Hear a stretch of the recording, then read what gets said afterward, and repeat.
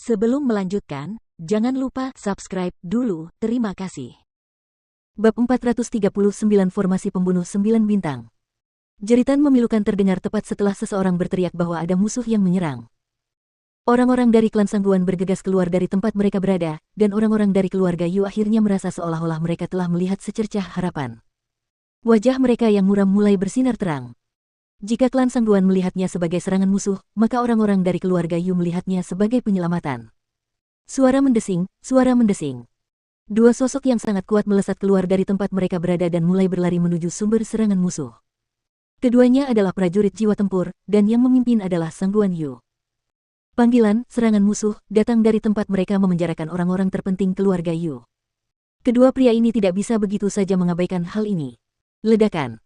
Namun, sebelum kedua pria itu sampai di tempat itu, mereka mendengar suara keras dari luar halaman keluarga Yu. Setelah itu, 4 sosok yang dipenuhi dengan niat membunuh yang luar biasa tiba-tiba muncul. Hentikan sekarang juga, siapa kamu?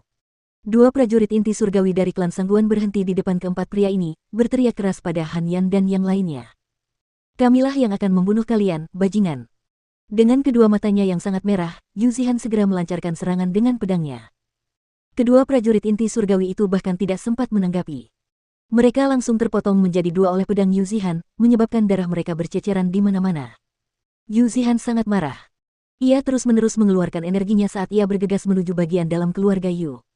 Ia telah menunggu hari ini begitu lama. Akhirnya kita berhasil memancing mereka keluar. Sangguan Yu mendengus dingin. Ia menoleh ke prajurit jiwa tempur di sebelahnya dan berkata, Old Six, bawa orang-orang kita dan tangkap mereka. Aku akan memeriksa ke dalam.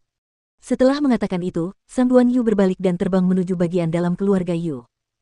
Jeritan menyedihkan yang datang dari bagian dalam benar-benar membuatnya khawatir. Apapun yang terjadi, dia harus memeriksanya sendiri. Di sisi lain, Old Six membawa beberapa lusin orang dari klan Sangguan untuk menyambut para penyusup. Siapa kalian? Old Six bertanya dengan keras. Aku tuan muda keluarga Yu, Yu Zihan. Aku di sini untuk mengambil nyawa anjingmu. Yu Zihan tidak banyak bicara. Setelah menyebutkan namanya, ia langsung melompat maju dan bersiap menyerang. Guan Yiyun dan Tian Yishan mengikuti di kedua sisi. Ketiganya melepaskan niat membunuh hingga ke langit. Mereka tidak punya kata-kata untuk diucapkan kepada orang-orang dari klan Sangguan ini, membantai mereka adalah pilihan terbaik. Karena kalian datang untuk mati, itu bagus sekali. Ayo, bunuh mereka semua. Si tua keenam memberi perintah tegas. Dia sama sekali tidak menaruh perhatian pada Yu Zihan dan dua orang lainnya. Dalam sekejap, semua prajurit inti ilahi dari klan Sangguan melambaikan senjata tempur mereka dengan cara yang mengesankan, lalu menyerbu ke arah Yu Zihan dan dua orang lainnya. Yu Zihan, Guan Yiyun, dan Tian Yishan tidak akan pernah menunjukkan belas kasihan. Ketiganya mengacungkan senjata tempur mereka, dan setelah munculnya beberapa cahaya terang dan beberapa teriakan menyedihkan, 3 prajurit inti ilahi dari klan Sangguan langsung terpotong menjadi 2 dan tewas di tempat. Mereka tidak mampu menahan satu pukulan pun. Yu Zihan, Guan Yiyun, dan Tian Yishan semuanya adalah prajurit inti ilahi akhir. Tidak hanya itu, mereka juga jenius luar biasa dari generasi muda. Meskipun mereka masih belum sebanding dengan prajurit jiwa tempur manapun, mereka mampu mengalahkan hampir semua orang di alam dan tahap yang sama dengan mereka. Kau benar-benar berani membunuh mereka. Kau mencari kematian. Si tua keenam sangat marah. Ia melancarkan serangan telapak tangan ke arah Yu Zihan dan dua orang lainnya, tetapi serangannya dihalangi oleh serangan lain yang datang dari sisinya. Ia segera berbalik dan melihat seorang pemuda berambut putih dan berpakaian biru di depannya, seringai dingin terlihat di wajah pria itu. Lawanmu adalah aku. Han Yan lah yang menyerangnya tadi, karena prajurit jiwa tempur ini adalah targetnya. Dentang. Seolah Old Six tahu Han Yan tidak mudah untuk ditangani, dia segera mengambil senjata tempurnya dan menebasnya ke arah Han Yan. Untuk membunuhmu, aku hanya perlu menyerang satu kali. Han Yan berkata dengan nada dingin. Ia melambaikan tangannya dan melepaskan seekor naga iblis hitam yang membawa energi iblis yang sangat besar. Pada saat berikutnya, Han Yan berubah menjadi seorang raja iblis. Fisik iblis ilahi kuno miliknya yang kuat bukanlah sesuatu yang dapat dilawan oleh seorang pejuang di alam dan tahap yang sama dengannya. Si tua keenam langsung menjerit kesakitan saat tubuhnya ditusuk oleh naga iblis. Agar Han Yan dapat membunuhnya, ia hanya perlu satu serangan. Tepat saat si tua keenam menjerit memilukan, teriakan mengerikan lainnya terdengar dari bagian dalam keluarga Yu. Meskipun semua orang dari klan Sangguan sangat ketakutan, mereka masih bisa mengenali pemimpin mereka, suara Sangguan Yu. Ini berarti bahwa kedua prajurit jiwa tempur telah dilanda nasib menyedihkan pada saat yang sama. Benar. Tepat ketika tubuh Old Six jatuh dari langit, seekor anjing kuning besar yang tampak agung berlari ke tempat kejadian, membawa kepala manusia di mulutnya. Apa yang terjadi menyebabkan semua orang di klan Sangguan hampir ketakutan setengah mati. Kedua prajurit jiwa tempur telah terbunuh, jadi bagaimana mereka akan bertarung? Dengan kekuatan mereka, bagaimana mereka bisa menandingi makhluk-makhluk yang ganas seperti harimau dan serigala ini? Saya menyerah, kita menyerah. Seseorang berteriak. Kami tidak menerima penyerahan diri. Perkataan Yu Zihan segera menentukan nasib orang-orang ini. Setelah beberapa kali teriakan memilukan, semua orang dari klan Sangguan terbunuh, tidak ada yang selamat, karena mereka semua adalah musuh dan ancaman potensial di masa depan.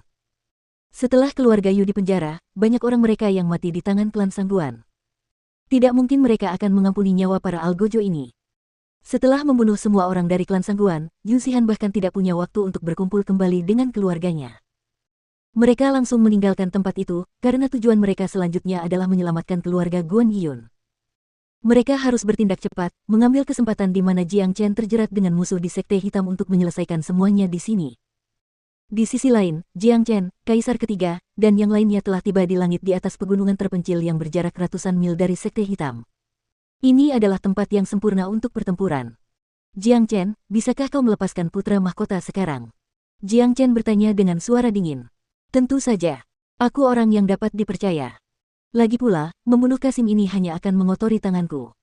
Jiang Chen melambaikan tangannya dan melemparkan putra mahkota dengan kekuatan yang luar biasa. Dia tidak membunuh putra mahkota, dan dia bahkan tidak melukainya, karena dia benar-benar ingin melihat rencana seperti apa yang telah disiapkan Kaisar Ketiga untuknya. Jiang Chen tidak takut bertarung, sebenarnya, dia suka bertarung, dan dia menyukai pertempuran yang menantang. Dia perlu meminjam tekanan eksternal untuk mendorong dirinya ke tingkat yang lebih tinggi. Siapkan formasi. Kaisar Ketiga segera berteriak. Semua orang lainnya telah lama bersiap untuk momen ini. Mereka segera mulai bergerak ke posisi mereka, dan 9 prajurit jiwa tempur akhir berdiri di posisi yang telah ditentukan. Itu adalah formasi dengan pola 9 bintang yang mengelilingi Jiang Chen. Adapun beberapa ratus orang yang tersisa, mereka juga berkumpul untuk menjadi bagian dari formasi tersebut. Kebencian putra mahkota terhadap Jiang Chen telah membumbung tinggi, karena Jiang Chen berkata membunuhnya hanya akan mengotori tangannya.